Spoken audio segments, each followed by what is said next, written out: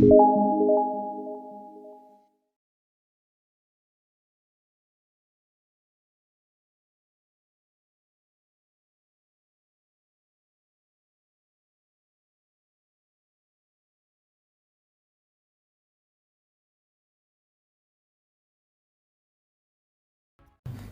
puji dan syukur dipanjatkan kepada Allah Subhanahu wa taala. Selawat dan salam kami ucapkan ke atas junjungan besar Nabi Muhammad SAW, para isteri dan keluarga baginda, para sahabat, seterusnya golongan yang mengikuti jejak langkah baginda sehingga hari kiamat. Kita akan belajar tajuk yang ketiga, iaitu rancangan kafir Quraisy membunuh Rasulullah SAW. Bilakah perancangan ini berlaku? Perancangan ini berlaku sebaik saja perjanjian Aqabah berjaya dimeterai antara umat Islam di Mekah dengan umat Islam di Yathrib, di mana orang Islam di Yathrib menjemput orang Islam di Mekah untuk berhijrah ke Yathrib, dan mereka berjanji akan membantu umat Islam yang berhijrah ke sana, dan mereka juga berjanji akan melindungi Rasulullah SAW. Jadi kafir Quraisy di Mekah, bila mereka dapati umat Islam semakin ramai berhijrah ke Yathrib, mereka dah boleh bayangkan suatu hari nanti umat Islam akan menjadi semakin kuat kerana bergabungnya orang Islam di Mekah dengan orang Islam di Yathrib ataupun di Madinah. So kekuatan umat Islam ini satu hari nanti akan memberi ancaman kepada mereka. Jadi mereka merasakan perlunya ataupun penting untuk diadakan mesyuarat untuk membincangkan apa tindakan yang perlu mereka lakukan. Mesyuarat tersebut berlaku di Darun Nadwah. Darun Nadwah ni sebenarnya asalnya rumah milik kepada moyang kaum Arab Quraisy, iaitu Qusay bin Kilab. Yang akhirnya rumah itu dijadikan sebagai tempat bermesyuarat bagi musyrikin Quraisy untuk membincangkan masalah yang berlaku di antara mereka. Ada beberapa poin penting yang tidak disentuh ataupun tidak disebut di dalam buku teks sirah. Yang pertama, iaitu mesyuarat tersebut sebenarnya dihadiri juga oleh Iblis. Iblis menyamar sebagai seorang lelaki tua yang sangat berwibawa. Dia ada aura dia. Bila tengok je orang Quraisy tengok, orang tu tanya, kamu siapakah kamu ni? Dia berkata, aku seorang lelaki daripada Najd, sebuah tempat di sekitar Mekah, di Najd. So mereka tak banyak tanya sebab dia nampak orang ni orang yang berumur, orang berusia, kemungkinan ada banyak pengalaman, dan dia nampak ada kewibawaan pada orang tu. So dia tak halau keluar, dia benarkan dia turut serta. Dan satu lagi poin penting, dia tak dinyatakan di dalam buku teks siapa yang bagi cadangan untuk membunuh Rasulullah tersebut.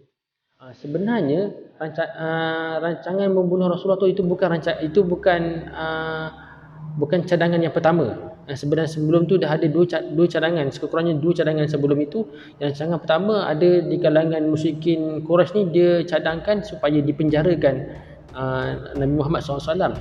Tetapi Iblis yang menyertai mesyuarat tersebut, Iblis memberi komen. Dia kata rancangan ni bukan rancangan yang terbaik, kerana kalau dipenjarakan Rasulullah sekalipun, dia masih boleh memberi arahan kepada pengikut dia daripada dalam penjara.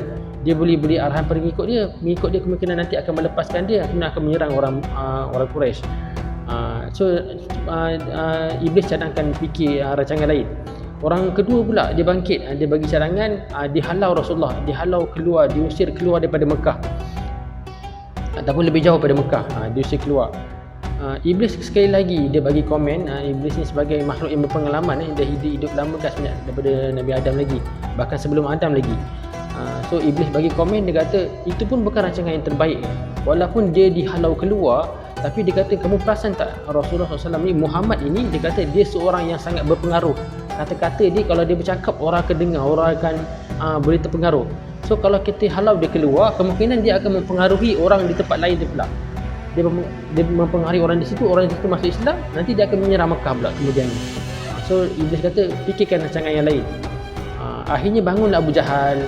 Abu Jahal cadangkan dibunuh Nabi Muhammad dibunuh, tetapi yang membunuhnya bukan seorang, tapi setiap seorang daripada setiap kabilah daripada kaum Arab Quraisy ni. Maksudnya kaum Arab Quraisy ni dia ada banyak kabilah. Setiap kabilah tu dia keluarkan seorang pemuda lelaki yang gagah, yang dapat dipercayakan untuk menjalankan tugas ni. Satu kabilah seorang. So nanti bila banyak ramai, kalau dia dapat bunuh Rasulullah, Bani Abdul Manaf ataupun Bani Hashim, dia tak akan mampu nak menuntut bela, nak membalas balik pembunuhan Rasulullah tu. Dia takkan dapat menuntut sebab dia kena berdepan dengan banyak kabilah. So orang kata sekurang-kurangnya pun Bani Hashim ni mungkin dia akan tuntut bayar ganti rugi. Kalau dia tuntut macam tu, kita bayar je lah. Tapi yang penting dia takkan mampu untuk menuntut balas darah dengan darah. Maksudnya berlaku peperangan, dia takkan mampu macam tu sebab dia kena berdepan dengan ramai kabilah. So Iblis bila dengar rancangan ini, Iblis memuji rancangan ini. Dia kata inilah rancangan yang terbaik. Dia kata ini rancangan yang terbaik. So mereka pun akhirnya bersurai bila dapat satu keputusan, iaitu tindakan yang perlu lakukan ialah membunuh Rasulullah. So bila Rasulullah dapat dibunuh, Islam pun akan terhenti. Apa gunanya umat Islam dah berhijrah ramai ke Madinah, dah berhijrah ramai ke Yathrib, tapi Rasulullah kemudian dibunuh kan. Islam tu tak dapat berkembang lepas tu. Sebab ajaran Islam belum komplit lagi. Di Mekah saja ajaran Islam belum komplit, belum selesai lagi. Ayat Quran pun belum turun habis lagi. Jadi kalau dapat dibunuh Rasulullah sebelum dia berhijrah ke Madinah, Islam tu kemungkinan akan terencat, terbantut perkembangan Islam tu. Wallahu alam. So pelajaran untuk tajuk ketiga ini kita akan sambung dalam video yang seterusnya, insya-Allah. So mohon anak-anak semua jangan ketinggalan. Wallahu a'lam bishawab. Aku qauli hadza wa astaghfirullahalazim li wa lakum. Wassalamualaikum warahmatullahi wabarakatuh.